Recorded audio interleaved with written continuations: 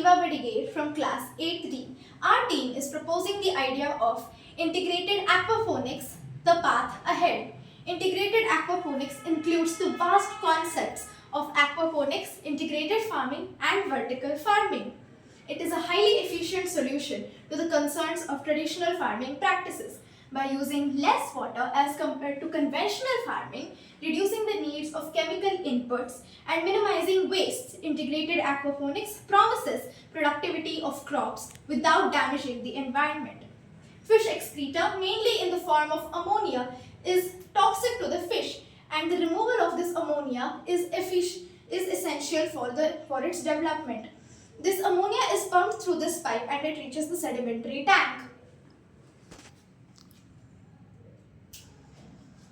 Once it reaches the sedimentary tank, the fecal matter settles down at the bottom of the tank and the rest of the water is passed through the biofilter, where certain beneficial bacteria like Nitrosomonas converts the ammonia into nitrites, and Nitrobacter converts the nitrites into nitrates.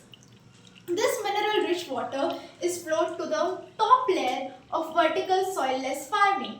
The excess water or unused water is drained down into the lower levels of vertical farming and it ultimately reaches the fish tank. This water is protein-rich and it helps the fish breed and produce more. The fecal matter settled in sedimentary tank is used in the integrated farming system displayed here. In the integrated farming is a type of farming in which all techniques and methods of farming are implemented to increase productivity and do multi-production. We have displayed horticulture, floriculture and cattle farming. This is only a symbolic representation of the entirety of integrated farming. Integrated farming is an extremely vast concept which cannot be covered.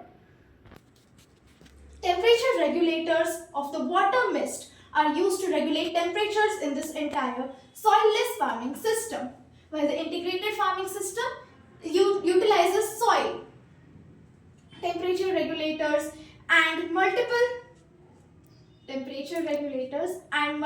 other things like supplying the water at regular intervals helps in the productivity and growth of these plants, which also results in dual production of both plants and fish breeds. The raw materials and the byproducts of all of these are stored in the storage house. On top of the storage house, there is a display of solar panels, which provides electricity for this entire project. Our project aims to advance space efficiency, water efficiency, energy efficiency, and resource management by utilizing natural resources like fish, plants,